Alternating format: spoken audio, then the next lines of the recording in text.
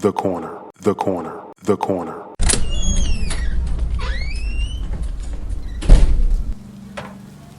Hey, welcome.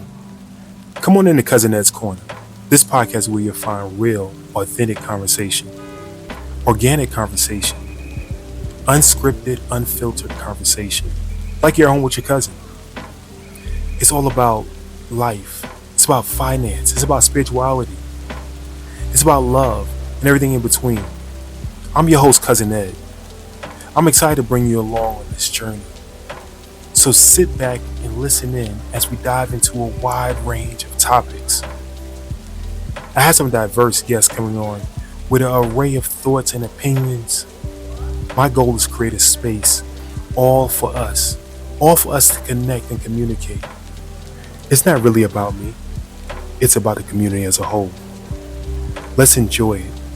Let's sit back. Let's think about our past. Let's move into our future. It's about the corner, the corner, the corner. So no matter how you cut it or slice it, we're all here together. I'm just here to give you a piece of my heart, my mind, my soul, and my mentals. So sit back, relax, and enjoy another episode of Cousin Ed's Corner. The corner, the corner, the corner.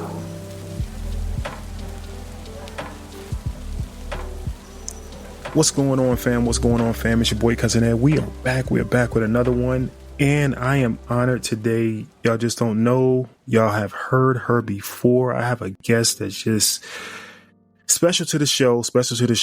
One of my, I'll say longtime friends. It feels like forever, but just one of my biggest supporters, somebody that I look up to. And I don't know. It's just been, you know, we talk so much, and to have her back on the show it means a lot to me. So without further ado, welcome back, Dr. Pia Washington. Doc, welcome back to Cousin Ed's Corner. Thank you so much. I'm happy to be here. Thank you for having me. And I look up to you as well. And I'm a big fan of Cousin Ed's Corner. So. Yeah, I don't know why I paid her $1 to say that. But no, we joke around, we text, we communicate, and we keep each other uplifted. And I saw some things that she was doing, and I said, I want to have you back. And holidays got in the way a little bit. I'll say running and kids and grandkids and everything else that we have going on in life. Life was lifing. So we finally got together, and we wanted to come to you today and bring you some of the new things that she's doing. And it's not only about finance this time. It's more about life. So this one is When My Sister Wins, We All Win with Dr. Pia Washington. So Doc, can you enlighten us how, well, first of all, how's life going for you in 2024? Oh my gosh, 2024 has been an amazing year already, and we're only 1 month in. I will tell you that, even 2023 coming off of the heels of it, I did a recap. You kind of look back over your year and I'm like, oh, I'm in the best health that I've been in a long time, fitness wise, medically, mentally, the relationship with my husband and my children and my family. I'm just feeling very, very blessed. I have the freedom. I let go of that 9 to 5 in early 2023. I think I gave you a sneak peek that was coming. So I was able to retire from my, very lucrative position as, vice president of financial training and investing, and, really be able to kind of curate my own life, if you will. So it's definitely feels like 2024 is a blessing, and it's coming off the heels of a really, really great year. And I'm just excited for what the rest of 2024 has to bring. Yeah, I was excited for you. I knew it was coming. I said, okay, I got the buzz in the air, but I knew it was coming. But just to be able to do that at such a early age. If y'all will see, if y'all see the picture when I post it, this young lady able to do it way before most of us can do it. So at a young age and be able to enjoy life and do other things it means a lot, and it's inspiring for myself and for many others. So I know you're doing something with balance right now. I don't want to give it away. I want you to give it away. but having that balance in life is important. Can you speak on that? Sure, absolutely. I think it was really a moment of reflection for me, kind of midway through 2023. And I realized, there comes a point in our lives where we have an aha moment, right? And I realized my aha moment was that I could be living a really great life and be doing all the things I'm supposed to be doing financially, and in my relationships. But if I don't have my health, if I don't have my spirituality, my faith, and when I say health, I'm not just speaking of physical health. I'm speaking of mental. I'm speaking of, emotional, physical, all of the whole package. Our wealth means nothing. And I'll just dive a little bit deeper into that so that you know what I mean. I realized that my health was really, really I wasn't really doing well. And not only my job and my career, but my lifestyle had taken a toll on my body. It had taken a toll on my mind. And so when I was at the precipice of everything, kind of the end of 2022 and the beginning of 2023, I was stressed out. I was, having feelings of, really just being unhappy. I went from being in a place where I loved my job and loved my clients and everything I did to, a corporate kind of, we're going to do an equity buyout. Things are changing. Now I have lack of autonomy and things are changing in the position. But not only that, it's like, you know how it goes sometimes in corporate America, increasing responsibility. We want to give you, more titles, more responsibility, but no more money. And so, the other thing is, as you know, because, we worked together when I was in that space, I had a team and I feel an obligation to my team, just like I do to my family, my friends, right? I brought them into a company, an environment where promises were made. And when those promises aren't being fulfilled, then I took that on personally. And I know I shouldn't have because I only had so much control, but I took that to heart and I internalized that. And so that was something that weighed on me and to the point where I was stressed out. I was about 35 pounds overweight. My blood pressure was high. I had a couple episodes where I was, on Zoom meetings and my blood pressure was so high that I blacked out. My bad cholesterol was bad, it was really, really high. So you name it, I was going through it. And then around June, I thought was a routine doctor's visit. It was around June. So I had gotten rid of the company. I had resigned from my position. And I said, you know what? I know I'm not retirement age, but I don't need this money. I have investments. I have other things that I have going on that I don't need to be in a space that's not healthy for me. And I recognize that everybody's not in the position to do that. But one thing I want to caution everybody is to look for the warning signs. And even if you can't walk away permanently, sometimes it's worth looking at making a shift or a change. And so I made the decision, my shift and my change was to just walk away and focus on the other things that I had going on. But midway through that, I was feeling better mentally, but my physical still wasn't great. And I had a couple of really I'll just say challenging, conversations with my doctor. And I had to go in and do some additional testing. And that was the moment that I sat down and I said, Lord, I have 3 young grandbabies that, I travel quite a bit and I spend a lot of time. I want to be there with them. I want to be there for my family. And I will do whatever I need to do to make sure that, I hold up my end of this here bargain, if we could get my health back on track. So I went on a journey of, health and fitness. I call it God's diet, like eating food from the earth, things that are, clean eating, clean foods, and just really got on to a place where I was, exercising every day. I got back into my morning rituals, which is something that I'm a practitioner of, the Miracle Morning. If you guys haven't read that book, I highly recommend it. By Hal Elrod. Hal Elrod wrote The Miracle Morning, and it's about this man. Not only was he in a car crash, he got hit by a drunk driver. They said he would never walk again. They said he would never speak again. His long-term memory was affected. not only did he do that, he wrote a best-selling book that's been, it's been best-selling for decades. And he's got millions of people who practice what's called the Miracle Morning Lifesavers, because he needed to get himself up, not just physically, but mentally and spiritually. And so basically the practice is the 6 steps in the morning where you do they call them lifesavers. And so he said, I wanted to know what the most successful people do every day, because I know that I will never develop myself, my career, past my personal development, right? I'll never get bigger than what my growth is.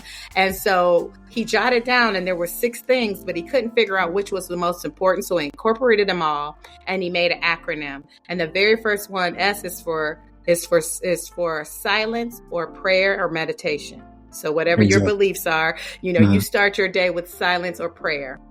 A is for affirmations, affirming yourself, what you want to be in the future. V is for visualization.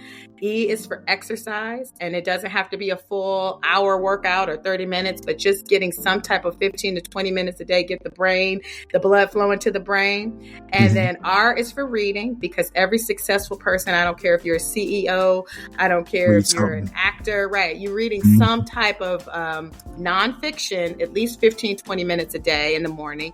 And then, it could be an audio book. It doesn't have to actually be reading, but you want to feed your mind.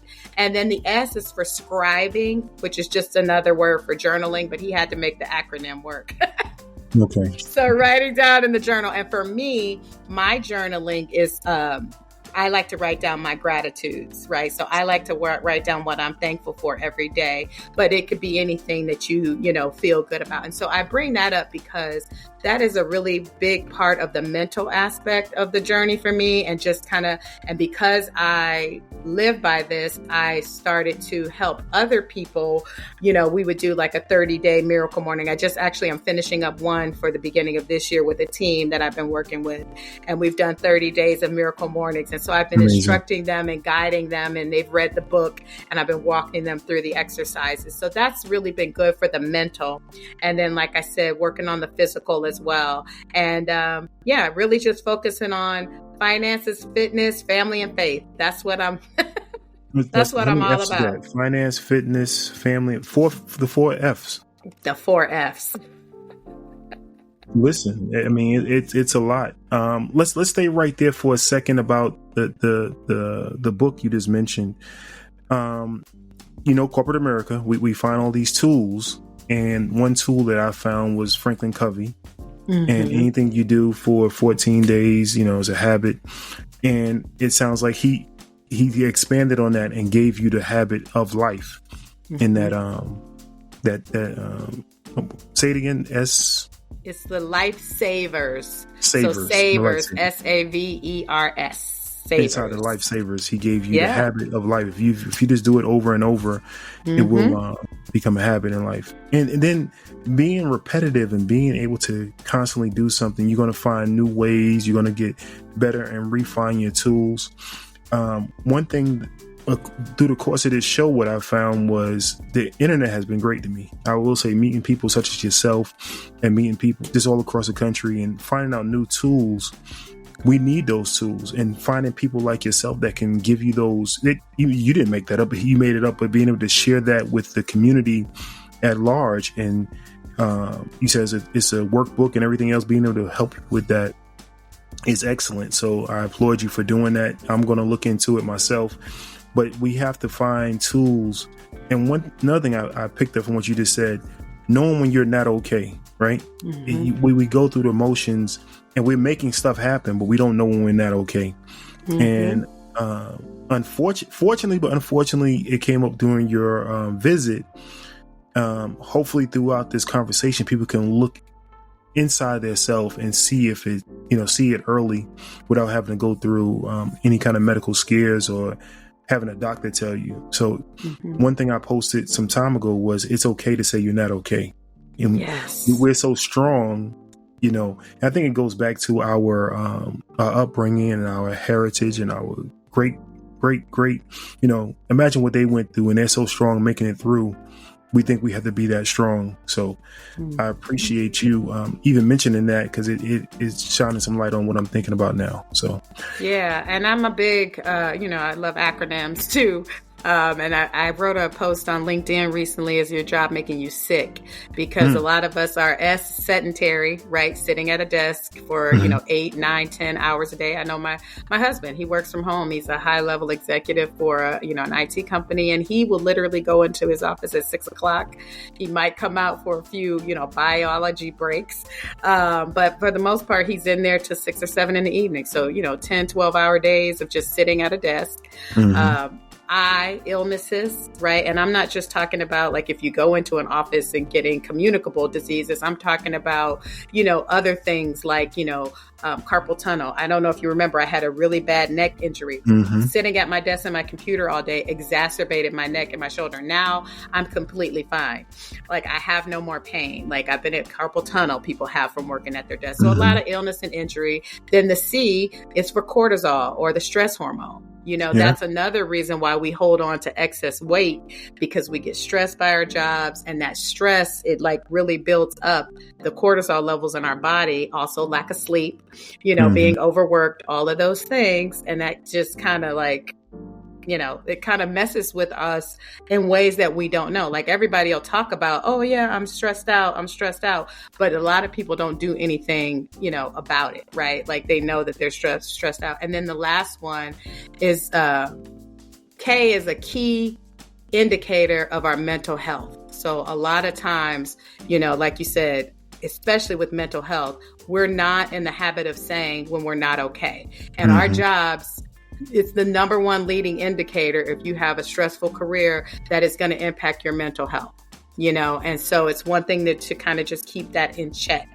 But like I said, I'm all about trying to look at ourselves holistically and not just looking at ourselves as, I don't ever want to be known as, oh yeah, Dr. P my background is in finance, but I want to encourage everybody to be the best whole person that they can be, because without our health, all the money in the world means nothing. All the money in the, everybody, you hear this, it might sound like cliche, health is wealth, but it's true. Like literally, it's true. Especially when you tie it to it. Health is the most important thing. You never see anybody with $1 million behind a hearse. You rather have the health on a beach and relaxing than that $1 million. If anybody who's gone would rather that. That's right. And so go ahead. No, go ahead. I was just going to say that also led me to another fun project that I worked on this year. I was going to talk about the ebook. And so, I was about to ask you about it. Yeah. Perfect. See, we're here. We're on the same page, Cousin Ed. We're on the same page. I was just going to say that's also what prompted me to kind of relaunch this, ebook. It's called Attracting the Life You Want from the Boardroom to the Bedroom and Beyond. And, when I first kind of came up with this concept, it was about 10 years ago. It was released in 2014 for the first time. The first version was just from the boardroom to the bedroom. And I added the beyond because, again, in that first kind of issue of my mindset, is more like boardroom being career and finances, bedroom being more relationships with your spouse, or significant other, right? And the beyond is everything else, right? Because again, it's not just about money. It's not just about money and, personal relationships. It's about health and fitness. It's about your relationship with your spiritual being, with God, your faith. It's about your community involvement. And it's about, I call it living a level 10 life, right? And so what is the life that you would feel like if I had asked you right now to rate each of those areas, even just the 4 F's from a 1 to 10, what would you don't have to say this, but I'm asking your listeners to mentally say, how would you rate 10 being the best, fantastic, and 1 being the worst? Like, where are you with your finances in your own mind? Like, this is just your own self-reflection. Where are you with regards to your interpersonal relationships? Where are you with regards to community impact? Where are you with regards to your health and your fitness? Where are you in regards to your spirituality? And some of them you might feel like you're close to a 10 or a 10. And some of them you might be like, you know what? I'm really like a 5. I haven't been focusing on my health and fitness. I haven't been focusing on my, relationship with my spiritual, God or whatever it is that you believe in. So I think that, attracting the life you want from the boardroom to the bedroom and beyond is my way of saying, you know what? We can do, be, and have anything we want, and we could really reach for that level 10 life in all categories, but it takes focus and intention, right? That's the main thing. I think we talked about that with Ms. Hart about attention. Make sure you have attention for what you're trying to do. A lot of us, we just have focus. I want to get this, but what's the intention behind what you're doing? So that's right. I like that you added beyond, and what you just broke down was 10 years ago, your mindset was totally different. I think many of us in our younger years, we're not old, but our younger years, our mindset is the boardroom and bedroom. I'm focused on this right now, but as not all of us, many of us are seeing it plays a toll on the beyond side. We sacrifice a lot for the boardroom and the bedroom, but the beyond is what we may be lacking at. So love that. Yep. I'm glad that you re-released it and saw something else to add to it. In the beyond, what are you doing to change the beyond? What are some things you're doing? I think two things. Like, number one, it is another word to me for an intention is your why, and it's focusing on your why or your purpose. Like, and so for me, it's, breaking it down to, very few people would say that their why is, and maybe some will. And if this is your why, then I'm not going to, challenge that. Or like I like to say, I'm not going to yuck your yum. If you love it, that's on you. I'm not going to yuck your yum. So, but I've spoken to a lot of people, financially as in my background. And when they would say, my goal is to make X, triple, 10X my income or my investment income. And I would always say, why? What is your goal for that? Like, what is, and they would say, because I want to retire. Well, why? And so I would keep going layers and layers and layers to get to the heart of the onion, like peeling off those layers, because rarely do people want money just for money. Rarely do people want money just to say, I've got $1 million in the bank or I'm a millionaire. Some may, but oftentimes you got to get to the heart of the true intention of the why. Like for me, it's like, well, money is going to provide me the vehicle to be able to travel extensively with my grandbabies and take them to places across not only the country, but the world that I want them to see. It's going to enable me the ability to not have to wait till my husband turns 65 to retire him from his job, right? So that he can travel and enjoy with us. And I like to say, I want to spend time with them while they still like us, because we all know once they get to be teenagers, it's a 50-50 shot. They forget about you, except for Christmas and birthdays. Yes, exactly. So I want to be able to enjoy that with them while we're still young and while they're still young enough to enjoy us. And so that's one part of the beyond. It's like looking past just the monetary thing or just the I want to be married. Because I feel like a lot of young people, especially my sisters, it's like, oh, I want to be married. I want to have that relationship, and they look at my husband and I, we just celebrated 30 years last year, married, 40 together. And people say that they want that. But the beyond piece is, okay, but why? Right? Like what else is there? Is it TV? Is it social media? What's your why behind it? Exactly. And so that beyond is like, usually it's beyond the finances and it's beyond just the surface of the relationship. It's something deeper than that. And it usually goes to the core of your values and your beliefs. So again, whether that's, family and spending time with them, or it's doing something in your community, nonprofits, really something that you're passionate about. I think that that's very important. And I think that's part of it. And then the second piece of kind of the beyond, that fitness, that health, and that whole aspect of that is, understanding that it's all about daily practices. Daily routine becomes, like you said, a habit. And once you have a habit, that becomes a routine and a rhythm to your life. And if you built in healthy practices and healthy routines in your life, like to me, I didn't really focus on that. You know, again, in the beginning, it was all about the grind. It was all about the hustle and multiple streams of income and like how many things could we do to do this and do that. And it's like really understanding that it's important to take time every day to have that quiet. It's important to spend time communing with God and praying and meditating and visualizing what you want for your future and, you know, being grateful for life as it is today, because, you know, the more we're grateful, the more we're blessed.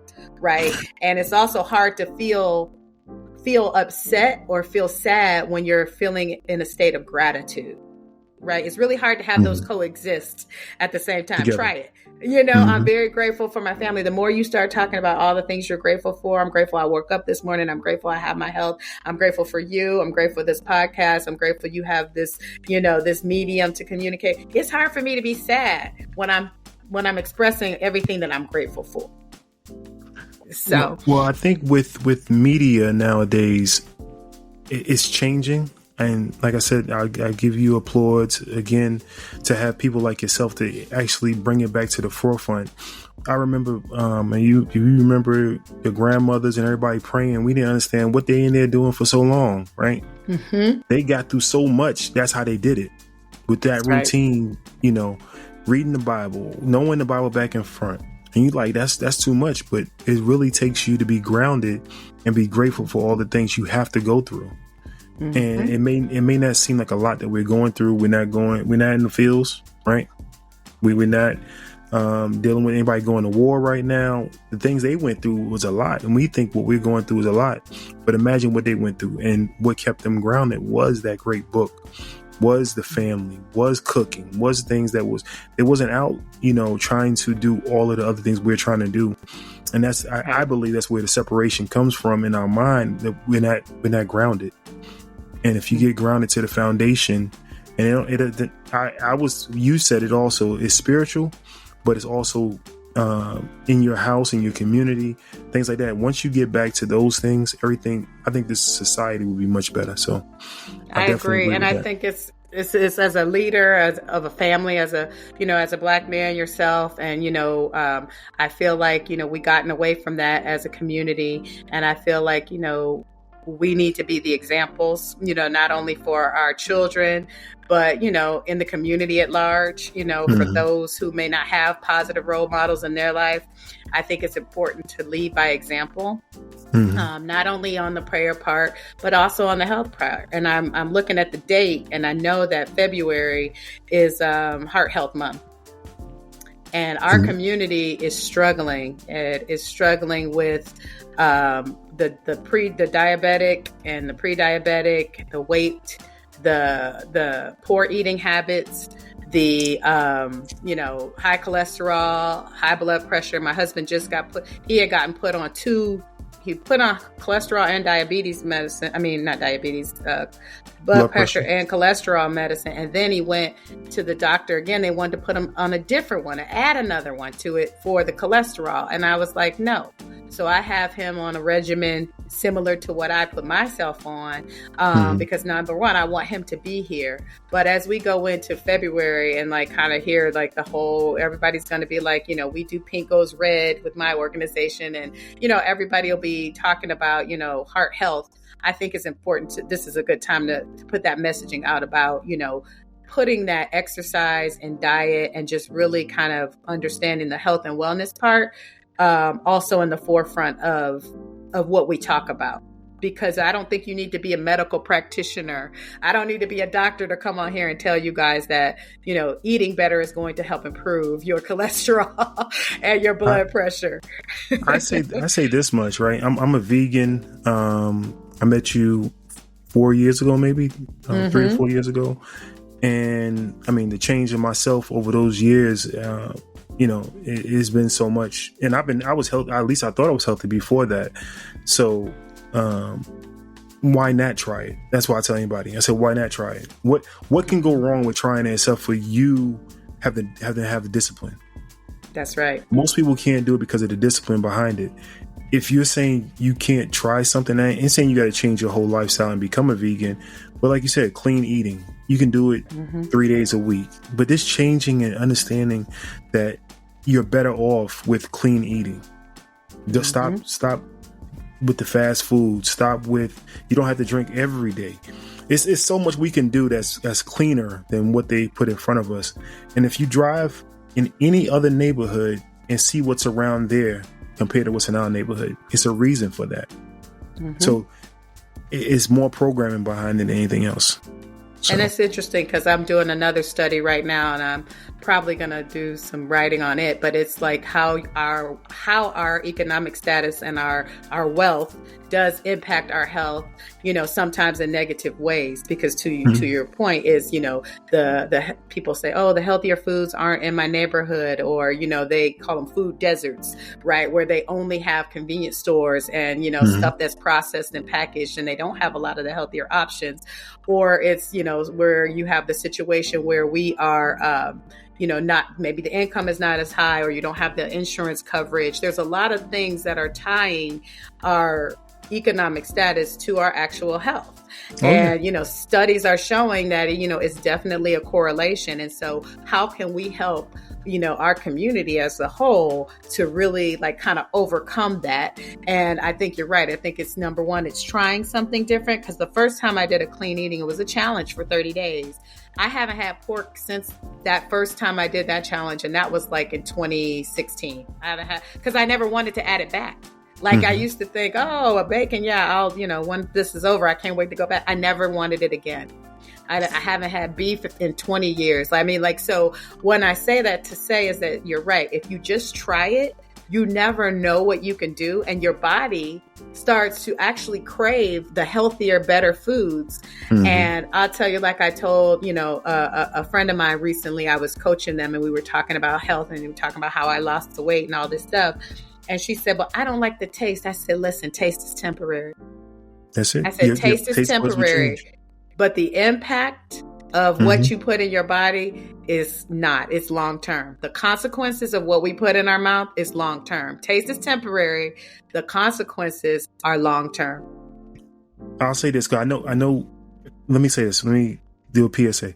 Listen, I know this conversation is definitely like a conversation you came to your cousin's house. So don't mind us. We're just having a conversation and you're sitting on the other side of the couch. So forgive us. And hopefully you're enjoying the conversation. But part of what you just said, I'm going to say what she just said, is programming also. A lot of the food and taste is programmed for us. When you make something and you crave salt or you crave sugar, it's because it's a drug. And they already program you to want that sugar and want that salt. So prime example, I made some oatmeal, regular oats, right? I stopped part of last year, I stopped buying the packs of oatmeal. Yes, and I said, I won't do it anymore because it has so much stuff in it.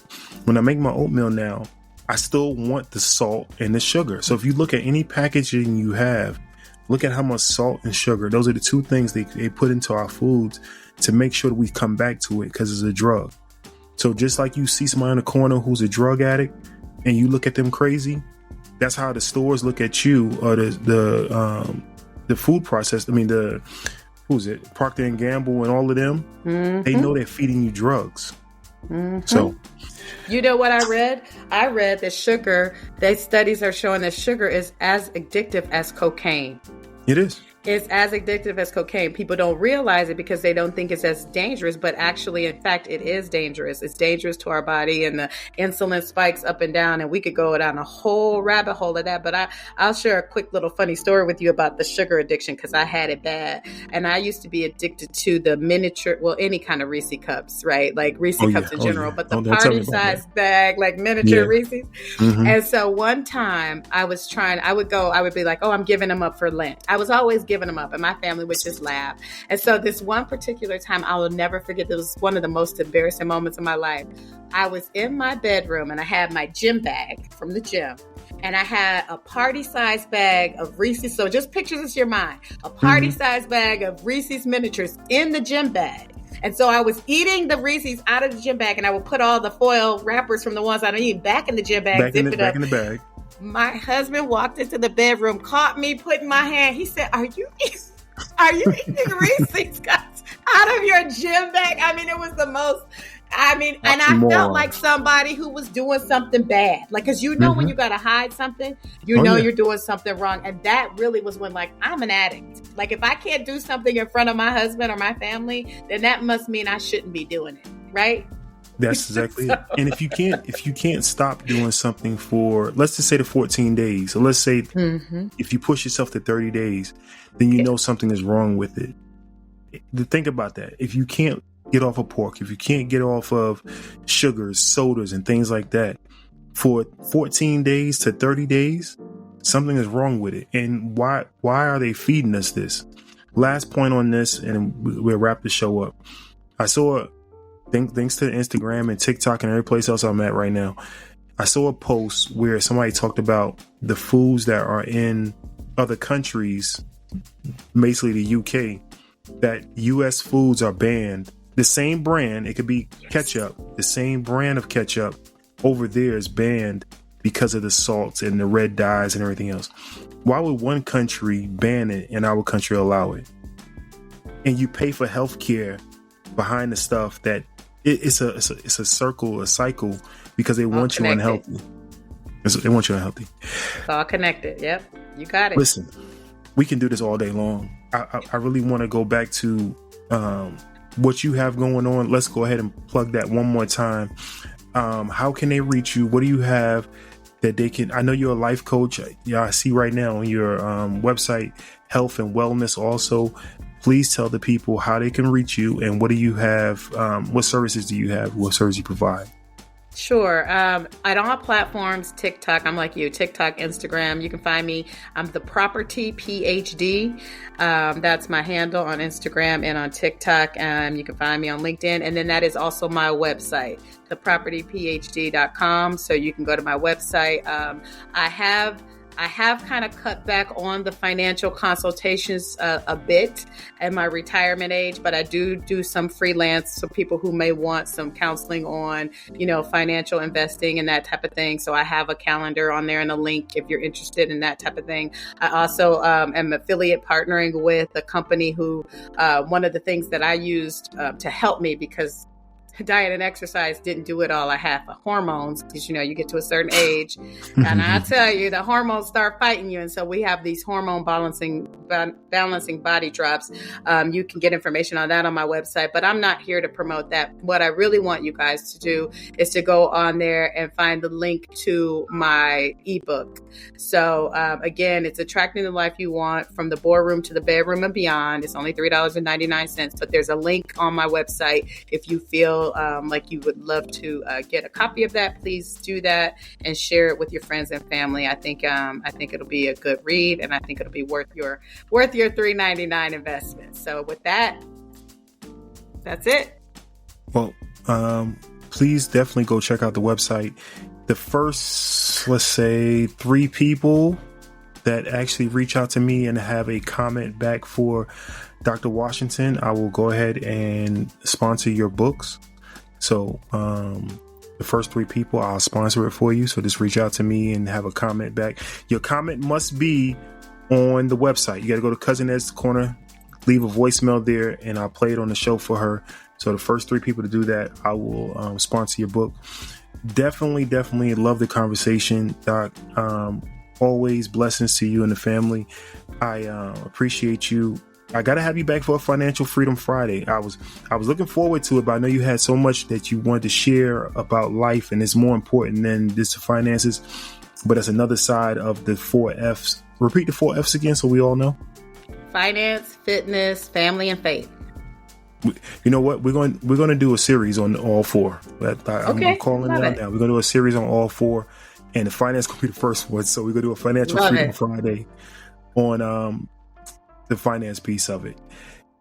Family, like I said before, I always love y'all. Listen, make sure to share this show. This show, just trying to get the message out. And it's all just about us as a community. So definitely share the show.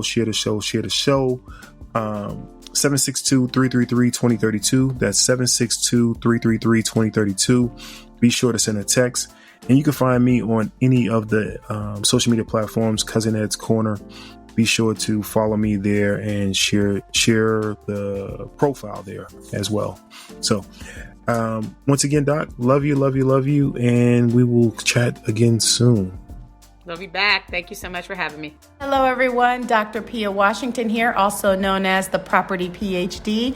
Thank you for listening to me on Cousin Ed's Corner. You can reach me at thepropertyphd.com or on Instagram and TikTok at thepropertyphd. Hey, y'all. Aisha here, founder and CEO of the Sistahs in Business Expo, the country's only multi-city small business expo and community created to celebrate and educate entrepreneurial women of color. Be sure to tune in to the next episode of Cousin Ed's Corner. And remember, when my sister wins, we all win. This episode of Cousin Ed's Corner was brought to you by the Sistah Shop. Please be sure to visit them at thesistahshop.com. That's thesistahshop.com. Thesistahshop.com. Thank you for listening to Cousin Ed's Corner.